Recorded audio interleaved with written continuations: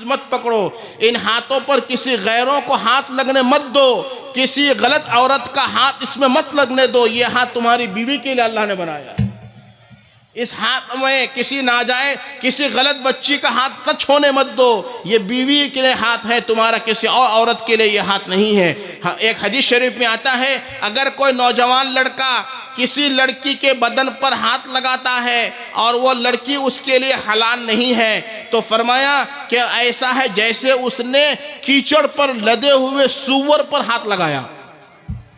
ایک تو سور خود ہی حرام ہے اور وہ سور گندگی میں ڈوبا ہوا ہو، اس سور پر ہاتھ لگانا بہتر ہے ایسی عورت پر ہاتھ لگانے سے جو آپ کے لیے حلال نہیں ہے۔ اب ظاہر ہے کہ بیوی کے علاوہ کون ہو سکتا ہے، لیکن ایک بے محابہ ماحول بن چکا ہے بہنوں کے ساتھ، پھوپھی زاد بہنیں، خالہ زاد بہنیں، اسکول کا ماحول اور کھلا ماحول، یہ اس کے ہاتھ چھو رہا ہے، وہ اس کے ہاتھ چھو رہی ہے، یہ اسلامی شریعت نہیں ہے۔ ایک نوجوان ایک جوڑا جو جماعت کا عادی تھا، تبلیغ جماعت میں جاتا تھا، ہوائی جہاز میں سفر کر رہا تھا، سمجھ رہے ہیں بات کو؟ تو ہوائی جہاز میں ایئر ہوسٹس ہوتی ہے، عورتیں ہوتی ہیں، ان عورتوں نے کھانا دینے کے لیے مرد کی طرف ہاتھ کو بڑھایا، جو اس نے ہاتھ بڑھایا تو اس مرد نے فوراً ہاتھ کو کھینچ لیا۔ اس عورت کو عجیب سا لگا، یہ کیسا مرد ہے، ہمارے ہاتھ کو چھونے کے لیے لوگ ترستے ہیں اور اس نے اپنے ہاتھ کو کھینچ لیا، سمجھ رہے بات کو؟ یہ کیسی بات ہے؟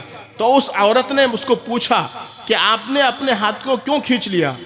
تو اب یہاں سوال جواب کتنا، اگر وہ یہ کہتے کہ یہ حرام ہے تو وہ حرام تو سمجھتی نہیں وہ، تو اس مرد نے بڑا عجیب جواب دیا، کہنے لگا کہ اصل میں ان کی بیوی بیٹھی ہوئی تھی تو کہنے لگا کہ میں نے ان ہاتھوں کو یہ جو میری بیوی ہے میں نے ان کے ہاتھ میں ان کو فروخت کر دیا ہے، ان کے ہاتھ میں بیچ دیا ہے، اب اس کو کسی کو دینے کے لیے اس کی اجازت لینی پڑے گی، اس لیے میں تم کو ہاتھ لگانے نہیں دیا۔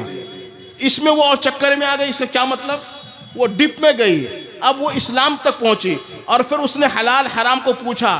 کہتے ہیں کہ جہاز کا سفر ختم ہوتے ہوتے اس کے دماغ میں اسلام کی باتیں گر گئی اور اترنے سے پہلے اس نے اسلام قبول کیا۔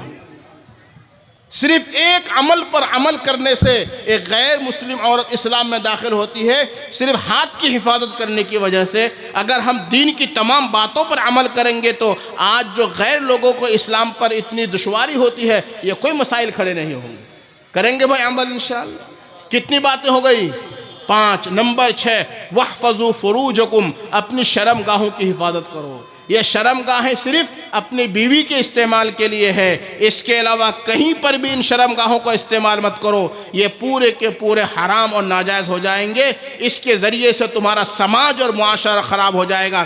تو حضور علیہ السلام نے فرمایا یہ 6 باتیں زندگی میں اختیار کر لو۔ اصدقوا اذا حدثتم، جب بھی بات کرو سچی بات کرو، جب کسی سے وعدہ کرو پورا کرو، امانت کی چیز کو ادا کرو، شرم گاہوں کی حفاظت کرو، آنکھوں کو نیچی رکھو، اور اسی طریقے سے قرض مت لو کسی سے۔ یہ جو 6 باتیں ہیں، ان 6 باتوں پر اگر عمل کر لو گے اضمن لکم الجنہ، نبی جی فرماتے ہیں کہ میں ضمانت لیتا ہوں تم کو جنت میں داخل کرنے کی۔ غور کیجئے، ان 6 باتوں میں خالی ایسی کوئی بات نہیں ہے کہ جس کا تعلق صرف مسجد کے ساتھ ہو، جس کا تعلق صرف نماز کے ساتھ ہو، جس کا تعلق روزے کے ساتھ ہو، جس کا تعلق حج کے ساتھ ہو۔ یہ پوری کی پوری 6 باتیں ان کا تعلق مسجد سے باہر ہے۔ معلوم ہوا کہ اسلام صرف مسجد کا عمل نہیں ہے، اسلام باہر کا عمل ہے۔ اسی لیے سمجھدار غیر مسلم کہتے ہیں کہ آج تو مسلمان ہیں، اسلام کہاں؟ اسلام دکھاؤ، تم لوگ تو مسلمان ہو، اسلام دکھاؤ۔ اسلام دکھاؤ گے تو ہم اسلام میں داخل ہو جائیں گے، ہم مسلمان دیکھ کر اسلام قبول نہیں کریں گے، اسلام دکھاؤ۔ یہ 6 باتیں ایسی ہیں کہ جس کا تعلق صرف مسجد کے ساتھ نہیں ہے، مسجد سے باہر ہے۔